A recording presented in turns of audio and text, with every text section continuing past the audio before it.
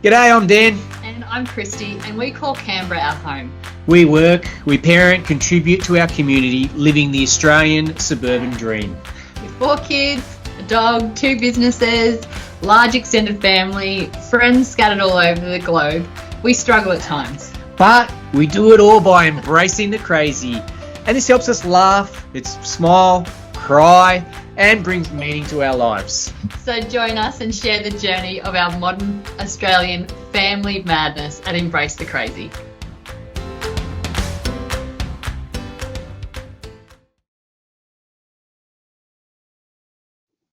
G'day, everyone. Hey.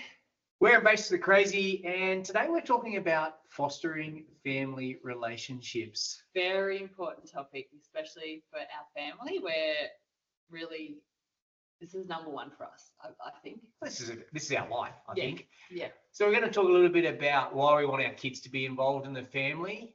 We're going to talk about how we involve all the different generations of our family.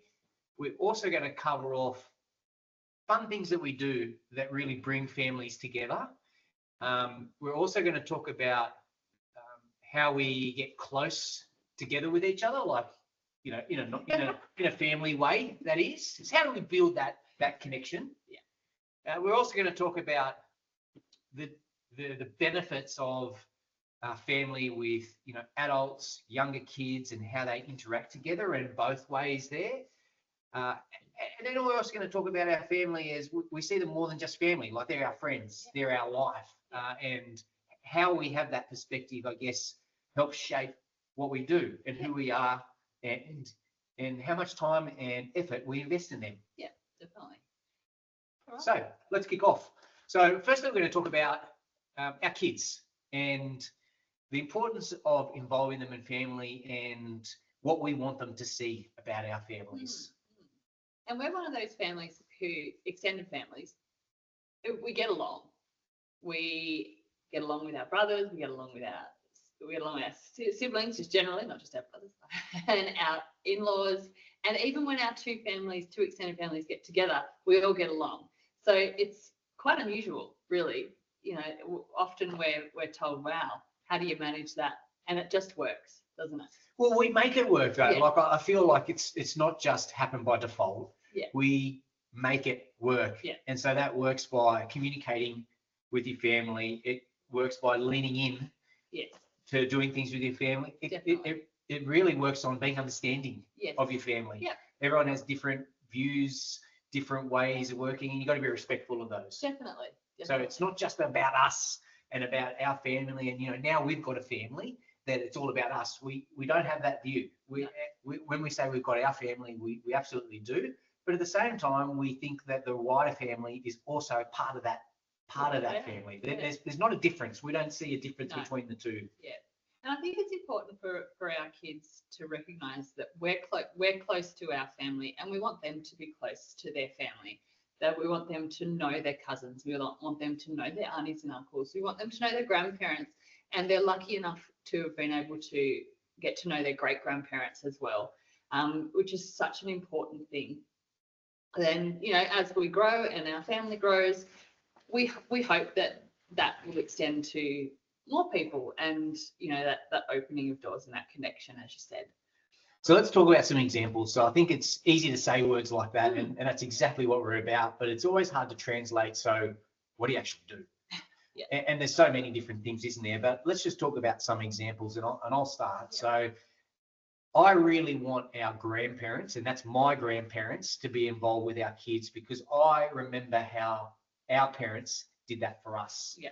And, it was so funny. You'd always go, and their house would always smell really weird as a starting point. And then they'd have like very different food to what we'd have. And everything was really nice in the house. We weren't used to that as well. But what a great experience to see your grandparents. And, they were like, 60 years older than us, 60, 70 years older than us at the time. And so you just thought these people were ancient, but you were respectful of them. And, you're now looking back, I really looked up to them. Yeah. And I really looked up to the life that they had. And I loved the thing that stands out to me is more about what my parents did with them, and how I now want to be as a parent, having grandparents for our kids. And so, I think like they cared for them. They really did things to help them out. They came and just talked to them. Like I remember my great grandparents really vividly, because we would go there on a lot of weekends, and mum would drive down, and sometimes mum and dad, and we'd all be there and have afternoon tea, and we'd just talk to them. It was such a really great experience that I now think back on and think, oh, that was really fun. And we do like lots of fun things with them. And, that probably was the highlight of their week. Yes. And it was an amazing thing that really was incredible for them. But, we enjoyed it too. And, I bet at the time I was probably saying, no, I don't want to go. I don't want to do that. I don't want to, do we have to go back again? But now I look back at it and think, that was really cool that we did that. And so one of the things that we do is, we've got a distance issue, so we can't go and do that week to week. But we speak to them very regularly. I speak to my grandmother every week, and every now and then we get the kids to have a chat to her as well. And I really like that because, when they see her, which is maybe once or twice a year, they're never going in thinking, who is this person? Or she's a bit old, I don't really know her. They've spoken to her regularly. They see her regularly. They know that I'm talking to her all the time. We also have her in our footy competition, which sounds crazy. My grandmother in the footy tipping competition week to week, it is crazy, let me tell you, how she does her tips, but she really takes it seriously. She does. She really has it all ready when I call her, and she's very professional about it. So she's really got into it. And, just probably hearing me say those things, you can probably get how important we think that is. And yes, they're little things, but I think they're so important for what shapes your family. And I think for our kids, I really want them to see that. And I really want them to be able to do that one day to us and to our parents in that same situation. And I think, Dan, it gives your grandmother a connection to the kids as well. And it gives your grandmother a connection to things that the kids are like. Our kids are sport obsessed, and, they love the fact that they can do this footy tipping competition, and they do, and your parents are also in the footy tipping competition, so it allows that connection across the generations. And now our nephews are also part of it, your siblings' children, and so it's this whole thing where we all get together, and you get that connection with your grandmother, but we all get that connection with your grandmother, and I think that's really special. I agree. And I think it's really important to foster those relationships, particularly for our children, to see how important older people are, because it's quite, when you're a child, it's quite reasonable to just think, oh, well, this is just our life. But when you open their eyes to other people and other things and other generations, they can learn so much. And they mightn't appreciate it now, just like we probably didn't appreciate going to our great-grandparents. But hopefully when they're adults, they look back and they can say, wow, I knew 3 of my great-grandparents, 4 of my great-grandparents, and how special that was. Because I look back and I think the same. And I think that's, all those special times looking back with my great-grandmother, it was really special. And, I don't think we put enough emphasis on those kind of relationships. So that's definitely one. Let's talk about another example. Another one that really stands out to me is when the cousins come together. Oh. We have talked about this on other episodes, but I think the thing that really stands out in this theme is having sleepovers and having time together, like even just driving in the car together. How much do they love that? Oh my goodness. Can I go in Mark and Erica's car? Or can I go in Sean and Patricia's or Kristy or whatever, James and Naz or whatever it is. There's so many, but they really love little things like that where they get to spend time with other families and other cousins. And we are all for that. I think any opportunity where that can happen, I really embrace it and want it to happen. And, the sleepovers are such a great example because you feel it's not like a friend's sleepover where you think, oh, do I know the parents well? Is everything going to be all right? Am I all right? You don't think like that. You just think, go for it. I trust you. I know how you parent. I know that our kids look up to you, and I know that you're going to have the best time ever. And, it's so special. Sometimes our kids have been at my parents' and my sister-in-law is there and she's picking up her kids and she calls me and she says, I'm taking one of your kids for a sleepover. They have nothing ready. But it works. They have toothbrushes there. They have clothes there, and they absolutely love it. And it's also really special as a auntie and uncle to be able to provide those experiences to our nieces and nephews as well. Hey, do you want to come and have a sleepover at our house? And we get to spend time with them, not with their family, which is so special. We get to know that individual person and see the excitement when they're with their cousins. The other part I wanted to inject on, which you just touched on, is our brothers and sisters talking to our kids. So they're having adult conversations. They're really practicing how to interact and how to engage in a really safe environment. It's easy with us. They do it a lot, and we encourage them and we help them lots, and we know them in and outs.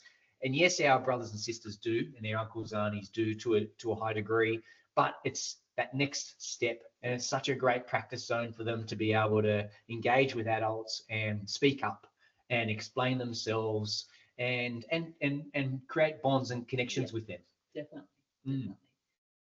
And you said something just then, and I'm just trying to remember what I was going to put in, but I think around those the practicing social situations, and as we said before, across generations. So not only with their aunties and uncles, but their grandparents and their great grandparents, being able to see those people as idols. Okay, this is my uncle, and I want to be like him when I grow up, kind of thing, which is really, really nice. Yeah, and I think this is all based on really getting along with your brothers and sisters. It really is. And your parents. And a lot of times that's possible. Sometimes it's not. And we're very fortunate that it does. And we work at it. And we spend a lot of time on it, and we care about it a lot. So, you've got to add those elements together to be able to get it. And sometimes it doesn't occur, but it doesn't have to be perfect across the board. It could be in one area, one person, a set of friends. You can kind of get these things in any environment, can't you? It's just about building it in the right way that fits for you. And family isn't just your blood relatives. It can be close friends. It can be people your people. It just needs to, and being able to share those connections and share your life with somebody to expose your kids to other people is really, really important to us. And it's priority for us. We spend a lot of time with our family, and our families are big. We both have 3 siblings, and they have partners and children, and that makes for a very large family affair when we get together. And it's chaotic, but it's important for us, and it's important for our kids to know their cousins. And our kids are really fortunate. They've had a cousin born in the same year as them.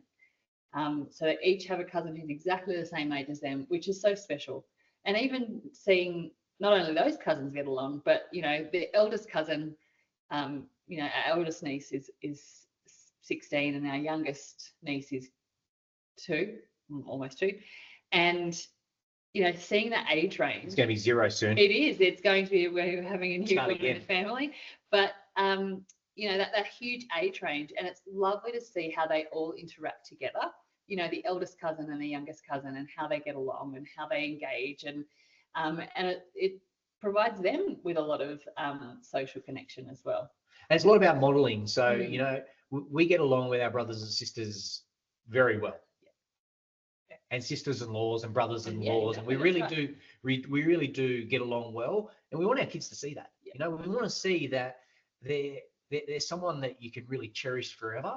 And when the kids of our age, sometimes they don't want to see stuff like that, but we want them to be able to see that that's there for them. And I know that's one of my most favourite memories is all the family together, all laughing and having lots of fun, and that's what we're creating, and we're doing that. And I think that's that to me is what family is, and that to me is what life is. And so for us, having our kids being able to see that is what we're all about, and we'll take any opportunity to be able to get that. And that means traveling, that means sacrificing other things to be able to do it. But for us, it's the number one thing that we care about most in terms of what we think life's about.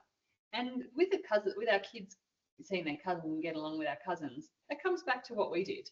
We spent a lot of time. I know that you did, and our family spent a lot of time with their cousins, and we cherish those relationships. We have, my extended family, the past few years had a huge family reunion where we all got together, and it was lovely. And our family has grown, obviously, because there's lots more people in it with marriages and births and things like that.